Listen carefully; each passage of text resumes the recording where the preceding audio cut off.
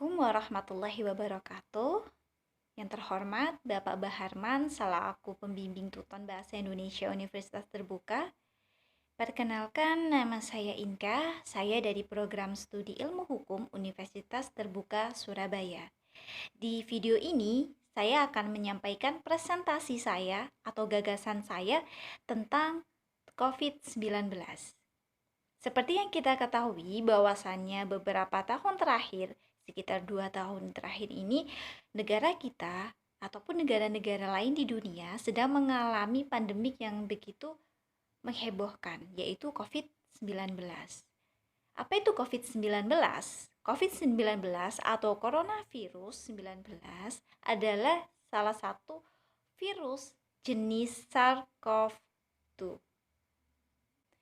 Virus ini menyerang saluran pernafasan, sehingga penderita dari virus COVID-19 ini biasanya mengalami batuk dan sesak nafas.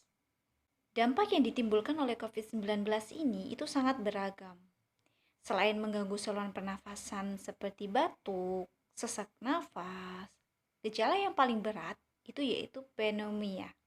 Bahkan beberapa kasus orang yang terkena COVID-19 ini bisa meninggal dunia. Awal mula COVID-19 ini terdeteksi yaitu di kota Wuhan, Tiongkok. Kasus pertama yang terjadi itu beberapa pedagang di salah satu pasar di kota Wuhan. Dari koresponden BBC, Michael Roberts mengatakan bahwasannya coronavirus ini berawal dari pasar yang ada di Wuhan yang menjual berbagai macam hewan-hewan liar seperti ular, kelelawar, ayam, buaya, dan berbagai macam lainnya.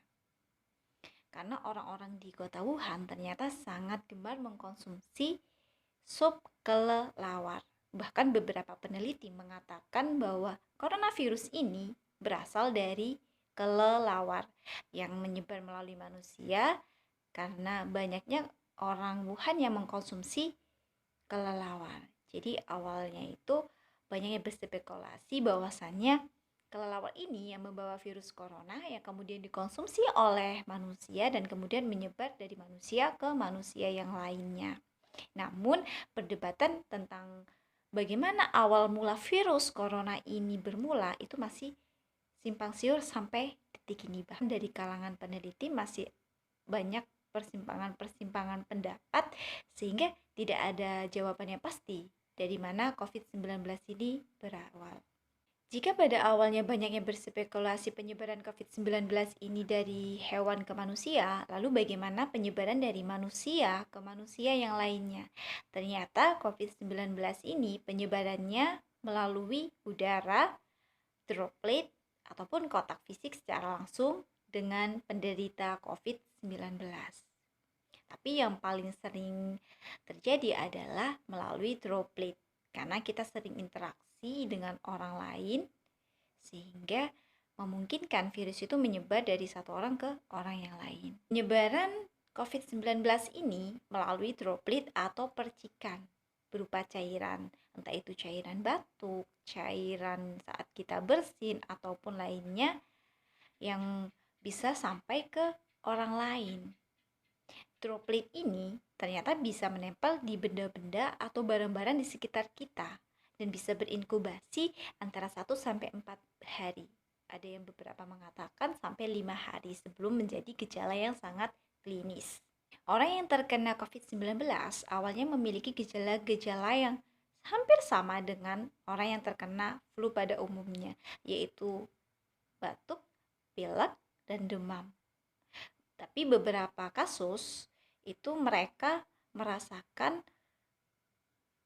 sesak nafas atau juga kehilangan indera perasa dan juga kehilangan indera penciumannya. Beberapa dari orang yang terkena COVID-19 mengatakan tidak merasakan gejala sama sekali. Hal ini dikarenakan imunitas setiap orang itu berbeda-beda antara satu orang dengan yang lainnya. Orang yang memiliki imunitas yang kebal biasanya memiliki resiko yang sangat kecil untuk terpapar COVID-19, berbeda dengan orang yang memiliki imunitas yang rendah. Di samping itu juga beberapa faktor yang mempengaruhi, salah satunya penyakit bawaan dan kondisi saat itu seperti ibu hamil, orang yang sudah lansia, itu mereka memiliki resiko yang sangat-sangat besar. Lalu bagaimana caranya kita untuk bisa mengantisipasi agar tidak terinfeksi COVID-19? Beberapa di antaranya adalah yang paling pertama menjaga kebersihan diri dan juga lingkungan.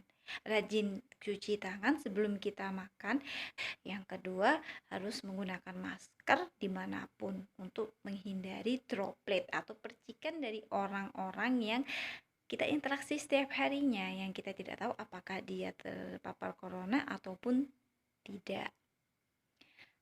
Selanjutnya, jaga jarak saat berinteraksi dengan orang lain.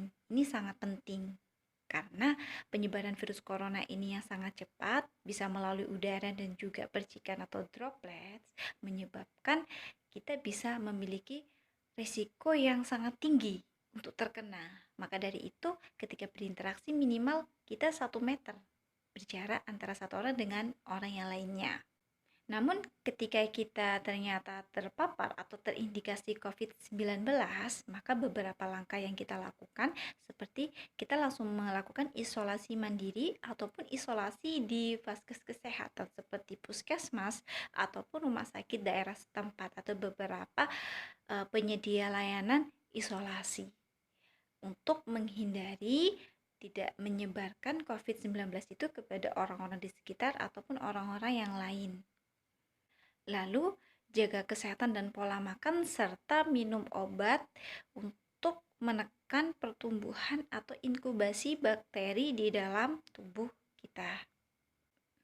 Dari gagasan atau presentasi saya tentang COVID-19, tentang bagaimana penyebarannya, gejala, serta penanganannya, semoga ini bisa menjadikan suatu wawasan kita untuk bisa aware dan juga memperhatikan kesehatan dan kebersihan kita dan lingkungan kita agar terhindar dari COVID-19. Mungkin itu saja yang bisa saya sampaikan. Jika ada kurang dan lebihnya, saya mengucapkan mohon maaf yang sebesar-besarnya. Sekian dari saya. Terima kasih atas perhatian rekan-rekan.